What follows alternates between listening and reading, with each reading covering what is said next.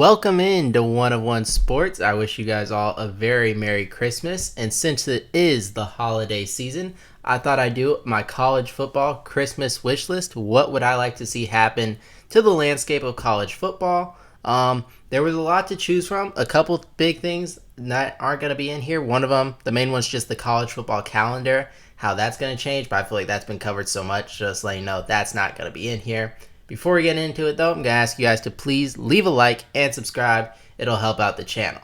Now, jumping right into it at number 11, and yeah, there'll be 11 of these. I want to remove the chains for measurement. This has been like a pet peeve of mine in football for a while. I just feel like it's not accurate enough, especially when, it's like less than like even one link of the chain and you're using the index card or like measuring with your fingers. I just feel like the ball spotting isn't that accurate to where a chain should be being used, and it just really bothers me. I just want to remove it entirely. So that's number 11. And by the way, these will just build, so like the later on the list, the more important stuff is going to be on my wish list. 10, I don't think there should be an ejection for targeting. I don't think targeting is officiated well enough to eject players from the games, and I really don't like the second half rule where you miss the first half of the next game. I feel like it's fine. You should be able to play the next game for sure, and I think defensive players are already put in a very tough position with the way the rules are now. Quarterback sliding, I think it's all just really hard, and I think it's still a foul. I just don't like the ejection aspect of it. I think we can get rid of that at this point in college football. Number 9, I want more expedited reviews. These are already being used. Like, you'll see sometimes they'll be like after, an expedited review and then they change the call. I just want to see them used more frequently because a lot of times a call will very clearly be wrong and they'll still go to the monitor or whatever you call it in the replay booth, and it just slows the game down. I don't think it needs to happen. I think they could have someone in the ear tell them, oh no, that one was clearly wrong. Just speed the game up, less reviews. I think it'd be better for the game. Number 8, I think referee press conferences should take place. I think refereeing this year in 2024 was really, really bad. The play that jumps out to me is that Ryan Williams play in the Oklahoma-Alabama game where they call him covered up. Just a crazy, crazy call. And I think everyone else has to answer for their decisions, including, 18 to 20. I guess now you might have like 24-year-old. But, somewhere in that range of these athletes, young kids, even they have to do press conferences, a lot of them.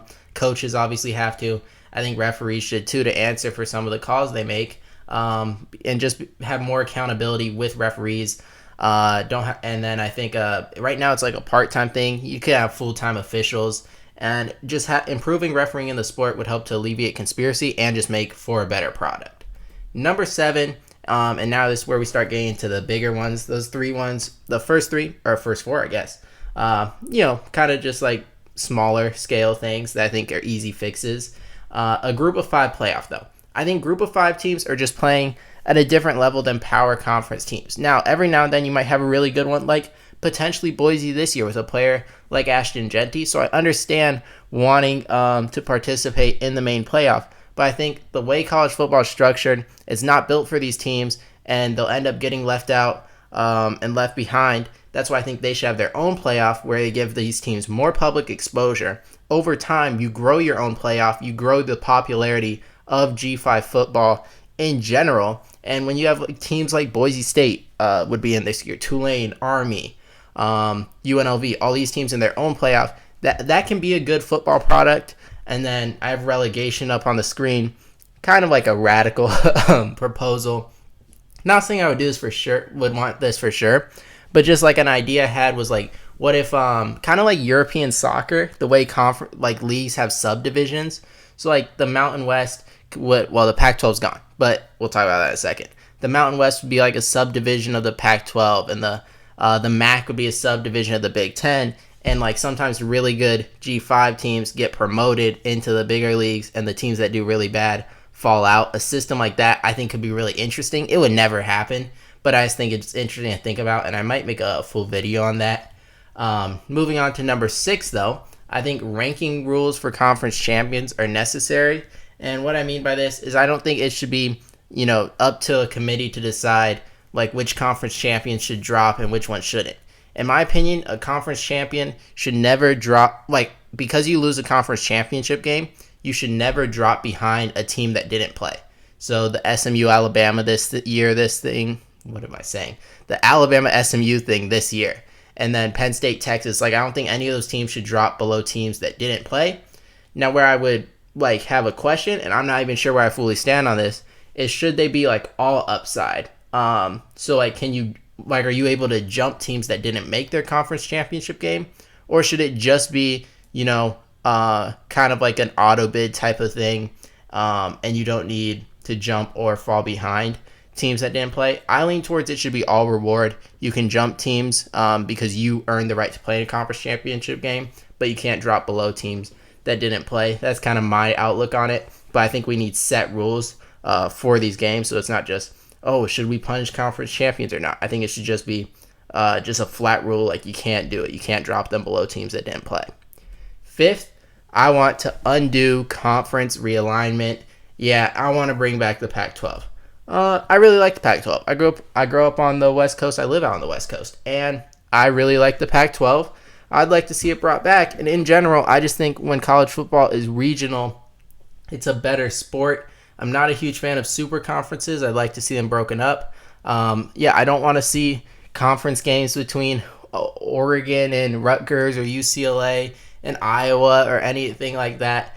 I liked when it was this more regional sport, and I would like to bring that back, and that's number 5 on my wish list. I'd actually have it higher, except it's just so unrealistic now with how much money these super conferences are making. The Big Ten and SEC, the media deals.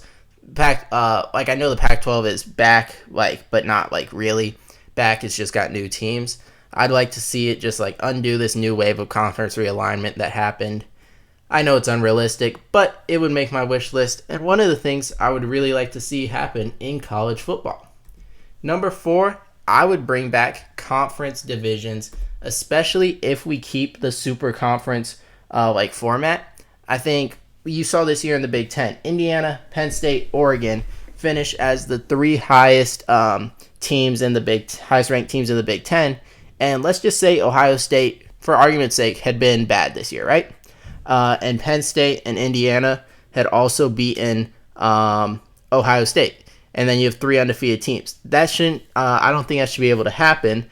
And then I think, you could have seen the same thing happen, Clemson, SMU, and Miami. None of them played in conference play. And I think divisions would help to alleviate this, because when you implement divisions, you ensure teams are going to play each other, so that you can't have scenarios like that happen. Another solution that people have proposed is to add more league games, so have 10 game league game schedules. But I like the more non-conference games, so I'd propose just bring divisions back to ensure that you get you always have 2 teams that are clearly playing in the conference championship game. Now I move into my top 3 items on my college football wish list, and number 3 is going to be a smaller playoff. Now, this depends on if I get my other wish list, because if we were to bring back the Pac-12 and have 5 power conference teams, then my proposal would probably be an 8-team playoff where the 5 highest ranked team from each power conference would be in, and then 3 at-large bids. But if the Pac-12 is not going to be a power conference and we keep it how it is, much more likely, I would rather have a 4-team playoff where it's just the highest ranked team from each of those conferences, because, in my little world here, for example, in the Big Ten, right, Oregon would have already beaten Penn State and Ohio State, so I know Oregon's the only representative I need from the Big Ten. In the SEC, Georgia and Texas were the top 2 teams. Georgia already beaten Texas twice. I know they're the representative. ACC would be weird because Clemson lost 3 games, so SMU is still ranked higher, so they would end up getting in my model. And then, what's the last? Oh, yeah, the Big 12, ASU would end up getting in. And though, I know it probably wouldn't be the most entertaining product a lot of years in the first round, because there's a decent chance Georgia and Oregon blow out SMU and ASU. But I think the purpose of a playoff should be to find a national champion, not necessarily to provide the most entertaining product. So I think the best team from each power conference are the ones that deserve a chance to play for a national title. And I don't need 12 teams, because there aren't 12 teams that can win a championship. And I don't need 5 teams from the SEC or Big Ten, because we know those teams weren't the best team in their conference, I don't think they deserve a chance to play for a national championship. And so that's just my opinion on that. I know that's probably unpopular take. A lot of people like expansion, like 12 teams. I'm sure people would want to go to even more than that. But I think at the root of a playoff, it's to find a national champion from a group of teams who are deserving to play for one. So I don't think there should ever be 3 lost teams competing. I don't think a team like Ohio State, who finished 4th in their conference, needs a chance to play for a national championship. I just don't see it that way. I think 4 teams, if we have this model, is pretty good. And if we go back to the old, I would like a little more than 4 teams just to avoid a scenario like we saw in the last year, like Alabama, who I thought should have been left out. But like all those 5 teams probably should get to play, and then 3 other teams would get in.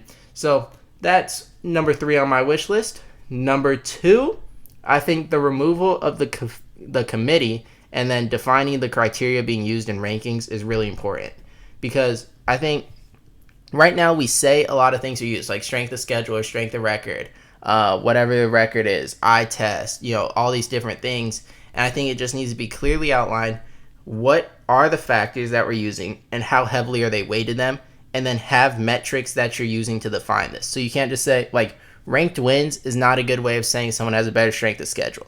You need a way of like measuring these teams, measuring strength of schedule, and like that factors in a lot. Like when you played them off a bye, at home, on the road, after playing a ton of stretches. I think overall you need to have a ton of metrics going to measure strength of schedule. Each team has a strength of schedule rating that's weighted a certain percentage. I think it's more objective than what the committee does, and more importantly than more objective, it's more consistent.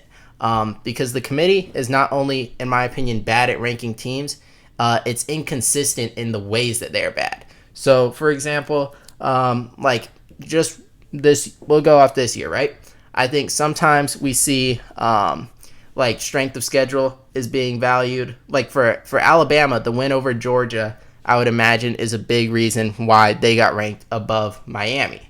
Ole Miss beat Georgia more thoroughly. Ole Miss also is a win over South Carolina, which is Alabama's second best win. Ole Miss was more thorough. Ole Miss lost to Kentucky, which was a really bad loss.